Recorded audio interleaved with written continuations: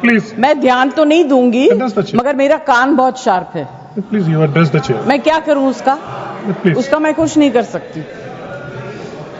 Sir, एक तो मैं आप लोगों को बधाई दूंगी कि आपने ऐसे लेखकों को रखा हुआ है जो बड़े बड़े नाम देते हैं। ये नाम सिंदूर दिया क्यों? सिंदूर तो उजड़ गया लोगों का, जो मारे गए, जिनकी पत्नियां रह गईं। प्लीज आप बोलिए।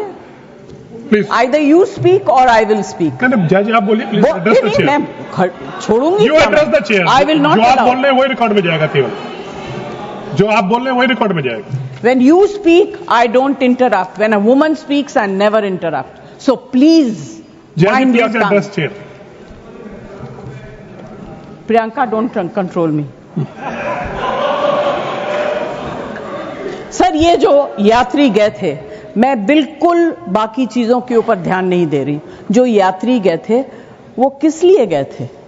370 अबॉलिश करने के बाद छाती ठोक के मैंने देखा है राज्यसभा में कहा गया, terrorism will be finished, we promise you.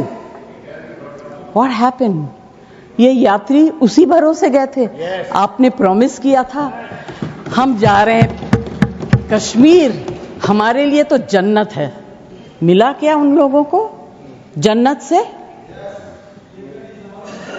Sir, you have destroyed the faith and the trust of people you promised. वो परिवार के लोग आपको कभी माफ नहीं करेंगे। आप लोगों में इतनी ह्यूमिलिटी नहीं है कि आपने उनके परिवार को उनसे माफी मांगी। हमसे गलती हो गई, हमें माफ कर दीजिए। We should have protected you. It is our duty as the government to protect you. We failed, we are sorry. And I can promise you that if you had said it, आज ये सब होता नहीं। Humility in power is... Please be quiet. No running commentary, please. Jaji, you please conclude now. Jaji, you please conclude. Humility in power is very important. Okay, that is over. The other part is हमारे defence minister जोर जोर से कह के गए, आत्मनिर्भर है, हम ये बना रहे हैं, तोप बना रहे हैं, ये कर रहे हैं, वो कर रहे हैं। क्या फायदा? What is the use if you have not been able to save even 25-26 people? What are you going to do with all this? कि आज भी हमारे देश में ऐसे लोग हैं जिनको पहलगाम से ज्यादा दुख पैलेस्टीन के लिए होता है, क्योंकि ये उनकी राजनीति को फायदा नहीं देता। लेकिन जहां राजनीति के लिए कई लोग चुप्पी साध लिए, वहां हमारे यशस्वी प्रधानमंत्री ने राष्ट्र धर्म निभाया और उन्होंने महिलाओं के आंसुओं को ही नहीं पोंछा, पर महिलाओं के स्वाभिमान को और सम्मान को पुनर्स्थापित किया। हम बता देना चाहते हैं कि ये एक नया भारत है और आतंकवादी हमले के बाद ये भारत मोमबत्तियां नहीं जलाता, ये दुश्मनों की चिता को जलाता है। ये शांति चाहता है, पर शांति अपने शर्त पर चाहता है, और अगर अपने शर्त को नहीं पूरा किया जाए तो डिप्लोमेसी से डिस्ट्रक्शन तक का भी रास्ता जानता है। इसी बात पर हम एक शायरी कहना चाहेंगे, खतों का दौर गया, अब फरमान भेजे जाते हैं, जो करते हैं भारत की आत्मा परवार, वो सीधे कब्रिस्तान भेजे जाते हैं। अभी अपने कांग्रेस के साथियों का बात सुन रही थी और वो कह रहे थे कि 1971 में इंदिरा गांधी ने ये किया है, 1971 में इंदिरा गांधी ने वो किया, पर वो कभी भी 1971 का क्रेडिट बिहार के बेटे जगजीवन राम जी को नहीं देते हैं, जो तब के रक्षा मंत्री थे। बांग्लादेश ने उनको 1971 का वॉर हीरो डिक्लेयर किया था, और रक्षा मंत्री होने के जंग के बाद भी उन्होंने सैनिकों के रिहैबिलिटेशन के लिए काम किया। लेकिन कांग्रेस पार्टी इसको कभी नहीं रिकॉग्नाइज करेगी, क्योंकि उनको दलित नेतृत्व से समस्या है।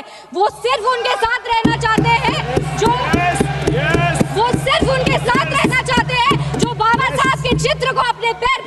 हैं। अगर हम ऑपरेशन सिंदूर की बात करें तो ये सिर्फ टेरर लॉन्च पैड्स को ध्वस्त नहीं किया, ये पूरी की पूरी तरीके से पाकिस्तान के हौसले को ध्वस्त कर दिया है। लेकिन एक आश्चर्य की बात है मैम, और आश्चर्य की बात यह है कि हमारे दुश्मन देश में एक युवा नेता है और एक युवा नेता हमारे विपक्ष में है। दुश्मन देश का सदन अलग है, हमारे देश का सदन अलग है, वहां के नेता अलग है, यहाँ के नेता अलग है, पर इनका सवाल एक ही है। विपक्ष का सवाल और दुश्मन देश के नेता का सवाल एक कैसे हो सकता है? मैं विपक्ष के साथियों को चुनौती देती हूँ कि अपनी राजनीति से ऊपर उठ करके कभी राष्ट्रहित की सोचनी चाहिए। अगर सरहद पर सेना लड़ रही होती है तो उनसे सवाल नहीं पूछे जाते, उनको सलामी दी जाती है। अगर विपक्ष की बात सुबह से सुने जा रहे हैं और उनकी बात को ध्यान से सुने तो वो बार बार कह रहे हैं कि सरकार ने सरेंडर कर दिया, सरकार ने सरेंडर कर दिया। सरेंडर से इनका विशेष लगाव इसीलिए भी है क्योंकि इतिहास गवाह है इन्होंने कितने बार विश्व के सामने भारत का सर झुका दिया है। 1962 में 14,500 वर्ग मील जमीन पर कब्जा कर लिया था। अमेरिका के तब के राष्ट्रपति ने कहा था कि भारत हमसे भीख मांगते हुए आया था।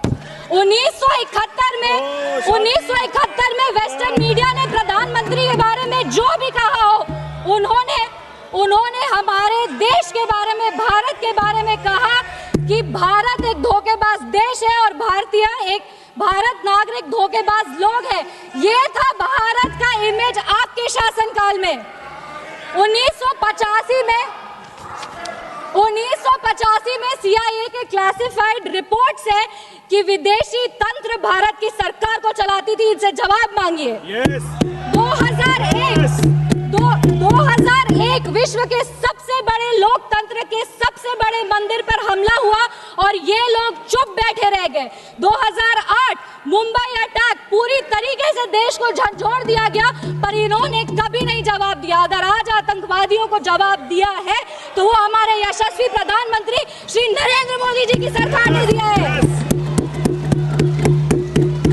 पर इनके राष्ट्रीय अध्यक्ष, कांग्रेस पार्टी के राष्ट्रीय अध्यक्ष कहते हैं कि ऑपरेशन सिंदूर एक छोटा मोटा ऑपरेशन था। ये इनकी विचारधारा का समस्या है। इनको लगता है कि ऑपरेशन सिंदूर एक छोटा मोटा ऑपरेशन था, पर ये इनकी गलती नहीं है। इनकी विचारधारा ये कहती है कि अगर हिंदू धन को आगे लेके जाओ, हिंदू धन के पक्ष में बोलो तो वो सैफरन टेरराइजेशन है, पर इनकी राजनीति के लिए ये कहते हैं आतंकवादियों का कोई धर्म नहीं होता। ये दोहरा चरित्र क्यों है?